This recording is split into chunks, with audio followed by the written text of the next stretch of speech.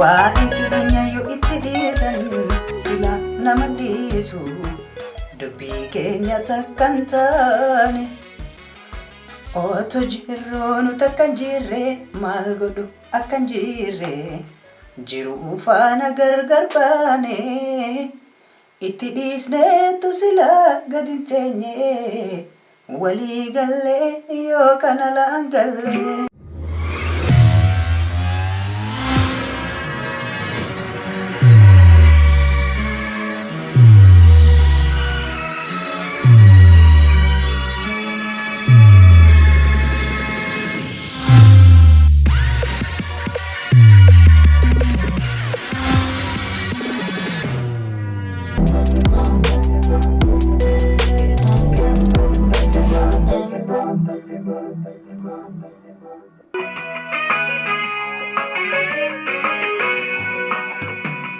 Waa'ee keenya yoo itti dhiisan sila nama dhiisu dubbii keenya takkan taane otoo jirru nu takkan jirre maal godhu akkan jirre jiruu faana gargar baane itti dhiisneetu sila gadi hin teenye walii gallee yoo kana laan gallee. Isneetu sila gadi hin teenye walii gallee yoo kana laan gallee. Ashama harka fuunee kabajamtoota hordoftoota keenyaa kun kan daawwachuutti jirtan Kemboon Entertainment irraa kan isiniif darbu qophii keenya qophii talk show keenya. Egaa qophii keenya har'aatiin wanti nan qabadhee isiniif dhiyaadhee maaliif nuti yeroo hunda tuffatamna yookiin immoo maaliif tokko hin taane waan isin ajaa'ibu gaafiin kun nama hunda keessa jira. Mataa kee keessa hin jira ati eenyumtuu dhiirris dhalaanis guddaanis xiqqaanis gaafii kanaaf gaafate yeroo baay'ee. Har'oonni guddaan asirratti na fide torbee tokko akkana dura wallisaa bilisummaa dinquu muuziqaa tokko baasee muuziqaa fedhii garaa isaa itti baafate. Fedhii isaa sanaan namoonni hedduu isa qeeqaa turuun isaanii yaadatama warroonni Habashaa jechuudha. Namoonni hedduu isa qeeqanii qeeqa qofatti hin dhiisne akkuma jedhan riippoorti goonee muuziqaa kana qilleensarraa buusna jedhanii muuziqaa sana qilleensarraa buusanii jiru. Guyyaa 3 keessatti tokkummaa isaanii nutti agarsiisanii jiru. Har'a immoo maal agarra kaleessa kan gadhiise irratti jechuudha. Namoonni hedduu muuziqaa kanarratti akka riippoorti godhuu qabnu namni hedduu dubbachaa turee jira. Nuti immoo afaan qofaan kan sun achi ala teenyee warroonni ala jirru fakkeenyaaf warri ala jirtan qeerroon biyya keessaa hojiilee hojjechuu danda'u yookiin wanta gochuu danda'u ni godha. Isin immoo warra ala jirtan maal gochuu jirtan? Achuma teessanii namaan akkana godhu jabaa karaa cufi maal ta'e jechuudha. Namni yoo nyaatee bule yookiin immoo ikoonomiidhaan yoo jabaate kan qabsoollee qabsaa'uu danda'u jechuudha. Namni ikoonomii isaatiin jabaatiin immoo yoo biyyuu du'aadha. Abbaa fedhetu akka bishaan gabatee irraati abbaa fedhetu gara barbaadetti isa gangalcha. Kanaafuu warroonni ala jirtan yoo dhugaaf saba keessaniif taatan ijoollee qarqaaramuu qaban qarqaara, nama dandeettii qabu qarqaara, nama hojjechuu danda'u qarqaara, hojii uumaa fi nama barachuu dadhabee manatti galii jira sanneen barsiisa. Karaa qabsoo tokko qofaa miti. Karaan qabsoo qawwee qabatanii manatti bosonatti galuu qofaa miti. Karaan qabsoo lammii ofii barsiisuudha. Karaan qabsoo rakkataa ofii qarqaaruudha. Karaan qabsoo nama qarqaarsi barbaachisu bira dhaabbachuudha. Kan ammoo akkuma yaadattan keessaa kaasee har'a ammoo inni qabxiin koo inni lammaffaa kan nan qabadhe dhufe anaaf viidiyoo kiyyaaf jechuudha yookiin YouTube channel kiyyaaf wachaawari 1,000 naaf wachaawari 1,000 naaf hanga ammaatti viidiyoolee 40 gara 40tti dhiyaatan fe'eetiin jira. Garuu hanga ammaatti sa'aatiin 14 naaf illee naalamne baay'ee nama gaddisiisa. Wantoonni argitan hanga danda'e tattaafadheen jira. Yeroo humna hin qabnetti yeroo waa tokkollee gochuu hin dandeenyetti yeroo kaameraallee hin qabnetti moobaayiliidhaan salfii fa'aa of waraabaan hojjedhe ni argartu. Yoo xiqqaate moobaayilii 4 ol viidiyoo qofa waraabuudhaaf cabsee jira. Kuni gaafa tokko akka seenaatti kan dubbadhu ta'a jechuudha. Egaa amma immoo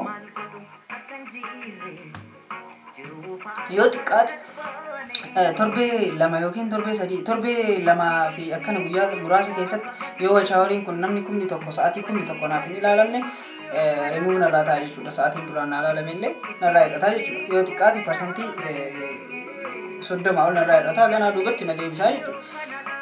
Kanaafuu viidiyoolee garaagaraa hedduu babbareedoo ta'an qabadhee isiniif dhiyaachuutti jira. Yoo dandeessan please namoota hiriyoota qabdaniif yookiin bakka teessanitti bakka mana barnootaatti yookiin immoo bakka wal geessanitti namoonni waliif share godhaatii viidiyoon kun akkanaaf ilaalamu taasisa. Dhaamsi koo qabxii koo lammaffaa irratti yeroo deebi'u viidiyoo namoonni diina keenya ta'an maqaalee dha'uun hin barbaachisu ni beektu kan kaleessa gadhiise jechuudha. Teeyyaafoo viidiyoo muuziqaa tokko gadhiisee jira. Muuziqaa isaa sana namoonni hedduu riippoortii godhaa waliin jedhu. Namoonni riippoortii akka itti godhan hin beekne riippoortii akkaataa itti godhan feesbuuk irratti namoonni hedduu maxxansaa jiru ilaala. Riippoortii godha waan sitti hin tolu riippoortii godha. Yoo barbaadan viidiyoo kanallee riippoortii godhanii buusuu danda'u isaa. Nuti asuma waan tokko iyyuu hin fidan dhugaa yoo dubbanne jechuudha. Namni yoo sodaate dhima du'a. Yoo gootees dhima du'a. Yoo loles dhima du'a. Yoo mana caasis dhima du'a. Garuu dhiirri akkasitti akaaceetti seenaa dalagee seenaa saba isaatiif biyyaaf addunyaadhaaf ta'u dalagee du'a. Nuti garuu osoo waan dalagin hin duune jechaati malee du'uun hedduu waan hangas mara qaalii miti. Namni kamuu kan addunyaa kanarra dhufeef du'uufi.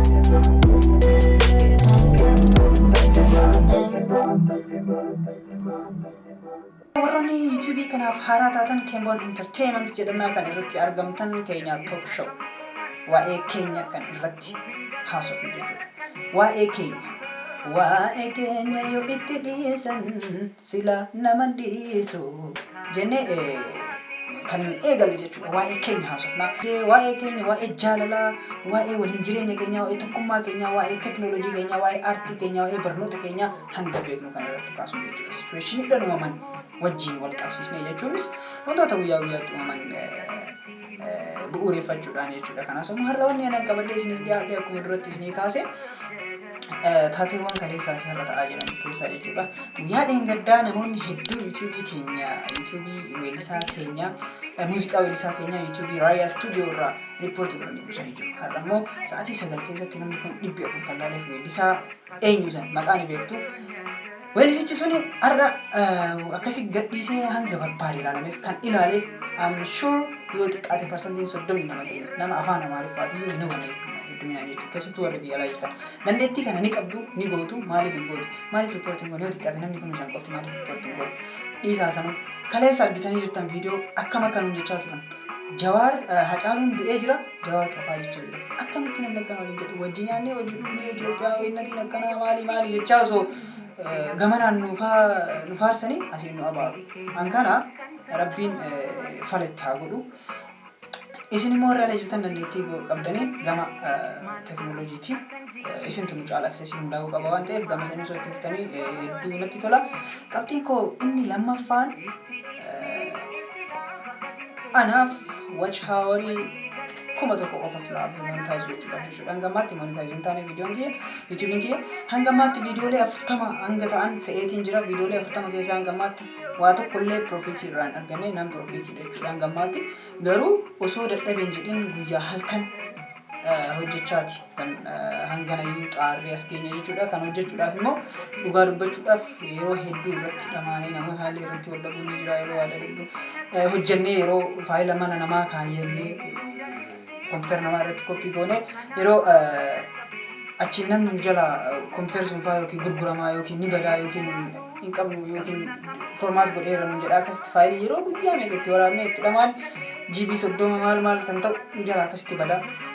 Nama kadhannee edit goona mobaayilii irratti waraabnee mobaayilii irratti edit goona mobaayilii 4 ol cabseetiin jiraanii yuutuubii kiyya kana waraabuudhaaf jechuudha. Yeroo viidiyoo itti waraabu yeroo fiilmii akka dalaguudhaaf waraabu yeroo fiiguu jechuudhaan caba mobaayilii 4 jechuudha. Smartphone mobaayilii 4 yoo xiqqaate jechuudha. Mobaayiliin inni ammaa kunis sababuma kanaaf kan caccabe amma inumayyuu wayya galata rabbii yoo xiqqaate jechuudha. Mobaayiliin kun look akkanatti jechuudha. Illee iskiriin isaa so abdiin kun hin barbaachisu. Amma immoo galata rabbii wanti akkuma agartan kaameraanis wanti kun qabu hanga tokko kan itti sochoonu ni jira. Kanaafuu wanti nuti isinirraa barbaannu guddaan maali? Nuuf ilaalaa please. Nuuf ilaalaa like nu godha. Yeroo namni tokko like godhee bira dabree jechuudha. Viidiyoon sun suggestion irratti ol bahaa jechuun recommend godhama. Warri YouTube jechuudha. Namni hedduu yoo like godhe viidiyoon sun namni viidiyoo biraa ilaalaa jiru viidiyoon kee jalaan dhufaa jechuudha. Kanaafuu viidiyoon yeroo like gootan baay'ee faayidaa qaba. Nuuf ilaalaa please view sa'atii 1,000 qofatu nuuf afaan monetize gochuudhaaf hanga ammaatti copyrightiin irra hin jiru. Hojiilee namaa kan gadhiiseen qabu viidiyoo ofii kiyyaa waraabee irratti dadhabeedha kan gadhiisaa jiru. Even muuziqaan naan jalatti fayyadamu copyrightii hin qabu. Video nama fuudheen beeku please video kiyyallee warroonni fuutanii gadhiisu jirtan maaloo dadhabina namaa laalaati yaa ilmaan Oromoo walii haa hubannu jechuun namni hambaa mee ilaala muuziqaa amma har'a kaleessa gadhiifame jennu kan mee YouTube nama biraa irratti yoo argitan anatus ni adabama namni kamiyyuu fuudhee post godhu namni kamiyyuu jechuudha wal kabajuu wal sodaatu waliif kreditii kennu kan nu hoo wal gannu wal kuffisne maaliif ni ilaala kee jiru yoo dadhabina qaba natti himi keessa box irratti na barreessi whatever waan fedhayyuu badii fedhayyuu haa qabaadhu box irratti na barreessi comment box irratti na barreessi abbaan fedhe isaa argu ani hanqina fiyoonni na qabaadhe abbaan fedhe isaa argu anaaf saalan qabu nan sileeffadha garuu wal qeeqaatu kan mamaan hojjenne waan mataa nama qeeqaa ila laala kee jiru hojjechaa kan jiruu fi kan taa'u tokko miti hanga tokko xaarree garuu yoo ummata miliyoona hangana qabna jecha view 1,000 nama kadhannu hedduu nama agarsiisa. Video kanaaf view 1,000 guyyaa sadii keessatti barbaada. Yoo kana godhuun hin sabbachiisna kana sabbachiifnu hedduu qaba. Warroonni hiriyoota hedduu qabdan please hiriyoota keessan irratti share naa godha. Videoon kun akka ilaalamu barbaada. Egaa warri na daawwachuutti jirtan keewwan jiraatee irratti argamtu subscribe gochuudhaan maatii keenya ta'a warroonni maatii keenya hin ta'in jechuudha akkasuma like fi share dhaan nu cinaa dhaabbadhaan nuuf ilaala kanatti aansinee immoo jechuudha har'a booda guyyaa guyyaan wantoota haaraa qabannee isiniif dhiyaanna talk show keenya immoo akkuma duratti isinii kaase namoota bebbeekamoo siyaasa diinagdee aartii irratti muuxannoo fi mudannoo qaban gama entertain ta'e jechuun gama qoosa ta'e talk show isaa hedduu hard talk miti gama saniin namoota interview kan goonu ta'a jechuudha studio keenyatti affeerre namoota akkasiitiin torbee dhufu namoota hedduu kan interview goonee qabna call pranks qabna immoo qophii kana keessatti call prankii qabna qophii kanatti aanee jechuudha viidiyoo har'a gadhiisu kanatti aanee call pranking gadhiisanii dhiisa call pranking sun namoota hedduu irratti kan dalagame namoota biyya alaatti bilbila isaanii nuu kenna namoonni sun hin beeka warri biyya keessaa jechuudha daayirektii irratti bilbilee prank goona dhumarratti immoo itti himne Eid Mubarak jennaanii kan ayyaana ture so video sanattu episodii kanatti aanee gadi isin irratti hima jechuudha isin immoo please wanti isin irraa eegamu nuuf ilaala torbee lama keessatti nama 1,000 argachuu qabna sana yoo ta'an YouTubein view hanga ammaa naaf ilaala irraa parsantii 30 ol irraa kan murtaa jechuudha view 1,000 qofa kan naaf hafu please warroonni videoon kun isin bira gahe hundumti keessanuu maaloo kabajaa fi jaalala guddaa isin qabu isin ibsaa isinii jechuudha qabeenyi koo guddaan dhugaa dubbachuudhaaf afaan Amaariffaan perfectiin dubbadhaa afaan Amaariffaatiin osoo dalaga ta'ee yoo nama tokkoyyuu osoo hin kadhanne baatii takkaaf lama keessatti qaata subscribing kuma meeqayyuu ga'a warroonni waliin eegallee hedduu deemanii jiru warri ijoolleen afaan Amaariffaatiin hojjetan jechuudha garuu afaanuma keenya kana tirsinamee isumarraa boru Obsaan aannan goromsaa dhuga jedhanii boru waan gaarii arguu dandeenya milkii milkaa'uu dandeenya jennee waa yaanneef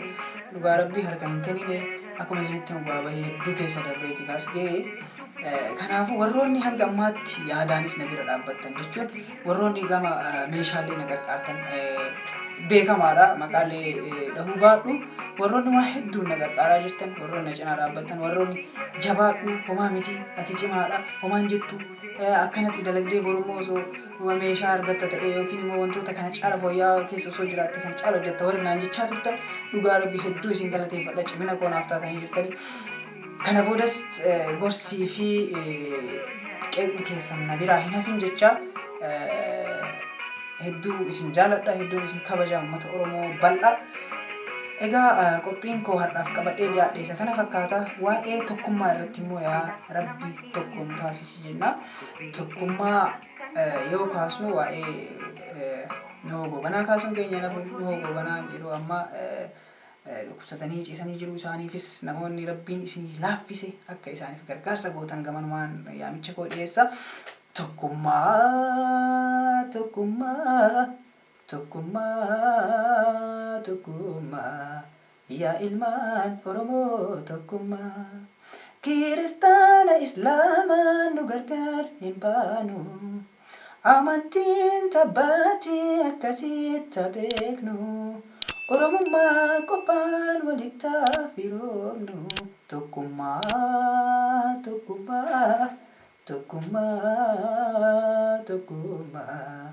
Yaa ilmaan Oromoo tokkummaa. Tokkummaa, tokkummaa ilmaan Oromoo tokkummaa isin jennaa warroonni hangammaa YouTube kana daawwachaa jirtanii fi subscribe hin goone subscribe godhaatii maatii Kemboon Entertainment ta'a. Bashannanaaf information yookiin odeeffannoo haaraadhaaf barnootaaf aadaa fi aartii keessan baruudhaaf Kemboon Entertainment filannoo keessan godhaa isin jennaa. Qophii biraatiin hin goolitti deebinutti nagaatti. Hedduu isin jaalannaa.